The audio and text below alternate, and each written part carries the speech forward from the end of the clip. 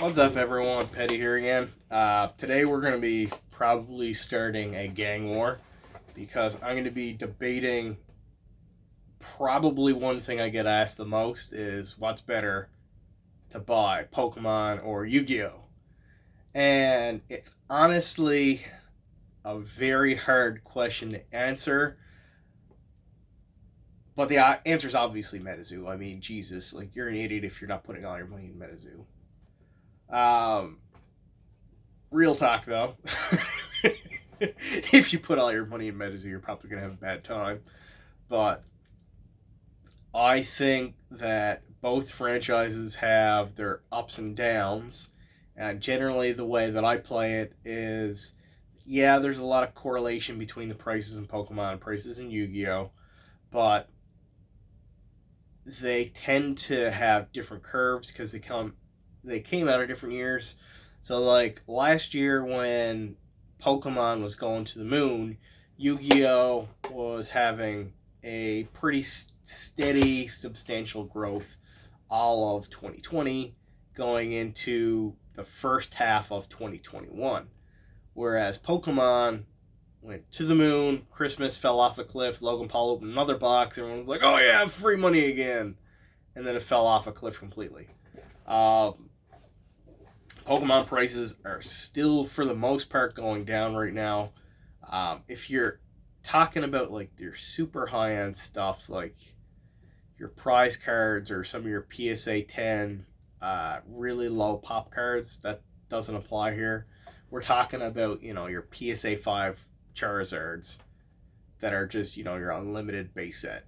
You're talking about your fucking CGC 3.5 hollow from Rebel Clash. Any of that crap, if you have any money tied up in that, you probably lost your shirt. Um, Base set PSA 9 Charizards went from $200 in January of 2020 to the end of October 2020 from $200 a card to over $7,000 a card.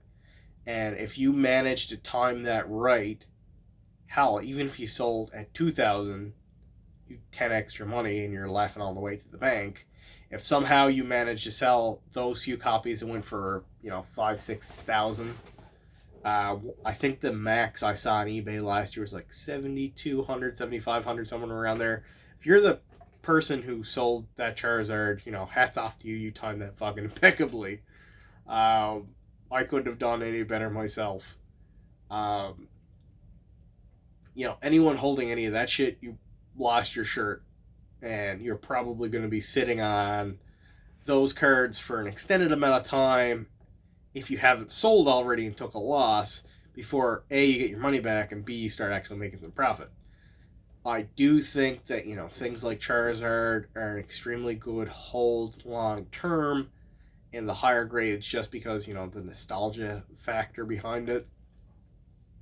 I'd never bet against base set Charizard. I don't care how many reprints they do. The more reprints they do is probably actually to the benefit because it gets more people liking the card. And as you get the buyer pool of people who like the newer cards looking for the original one, that helps drive the price up. Um, it's my main argument against the reserve list and Magic. I think if they reprinted Black Lotus, price of Black Lotus would go up higher because more people know what the fuck a Black Lotus is. So that's a rant for another day. Um, with Yu-Gi-Oh, it did extremely well 2020, extremely well first half 2021. Then outside, your super high end stuff, it just started nosediving. A lot of that has to do, I think, with PSA's supply hitting the market from the COVID shutdown. People who had cards sent in from March, April, May of 2020 all started coming back and flooding the market. All of a sudden, there's like 8 fucking PSA 10 Time Wizards up for sale. Price goes from 4 or 5 grand back down to 3,000. Black Skull Dragon was up to, I think it was 6,000 at its peak, went back down. Now it's sitting at like, I don't even know if it's at 3 grand anymore. So if you can time the market right between these, swings of the pendulum, buy Pokemon when it's cheap, sell it when it goes high, buy Yu-Gi-Oh when it's cheap, sell Yu-Gi-Oh when it's high. Easier said than done, but you can make a lot of money. I personally think that Pokemon has a more established base behind it just because it has, a proper media franchise.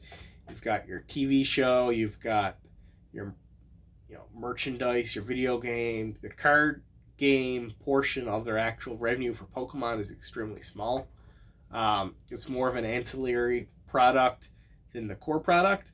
With Yu-Gi-Oh, if you look at the split, it's almost all in the TCG, and there really isn't a lot between the TV show and other, merchandise like toys and things like that to pick up the slack.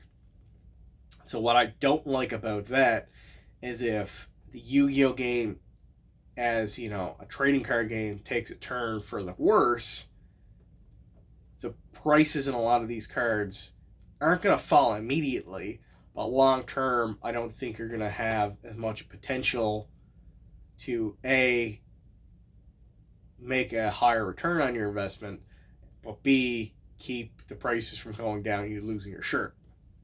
With Pokemon, they could have a bad year with the trading card game like they did with, like Crimson Invasion and all that terrible stretch that they had for a few months back in 2018, I think it was, whatever. Pokemon TV show does good. Pokemon video games does good. Everyone's always buying fucking plushies. Like, for all of that at once to tank simultaneously is very unlikely, in my opinion. So, as long as people are playing the games or watching the TV show or reading the comics or doing any of the other fucking Pokemon shit, there's going to be a market for the trading cards. If the Yu-Gi-Oh TV show does really good, but the game is shit, I'm more worried about Yu-Gi-Oh than Pokemon. With the Yu-Gi-Oh trading card game, especially if the trading card game has a rough year with a bunch of bad sets, people aren't having fun, it's losing their player base, that terrifies me because it doesn't matter how good the show is, it's going to be hard to try and attract new players to the game, and the longevity of the trading card game with Yu-Gi-Oh is what's going to keep that as a franchise going. You can argue with me if you want.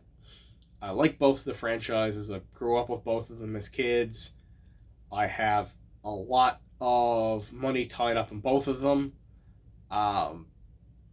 But I honestly think from a risk-reward ratio and, looking at downside risk, I think Pokemon has less of a downside risk just because of its diversification into different media outlets, like I said, with video games, TV show, yada, yada, yada, compared to Yu-Gi-Oh! So I'm probably going to get excommunicated from the Yu-Gi-Oh! Community for that, but I just calling it like I see it. Doesn't mean I don't like Yu-Gi-Oh! Doesn't mean I don't think it's going to be safe for at least another, 5, 6, 10 years. It's just, I think Yu-Gi-Oh! Has more risk attached to it than Pokemon just because it does the trading card aspect so well that if it doesn't do it so well in the future, that is a bigger liability than if Pokemon has a bad few sets come out with their trading card game. So that's pretty much it for today. Kind of a shorter video than usual. Not really a whole lot of debate or ranting on my end, but that's pretty much where I'm at with it. Hope you learned something. Have a good one.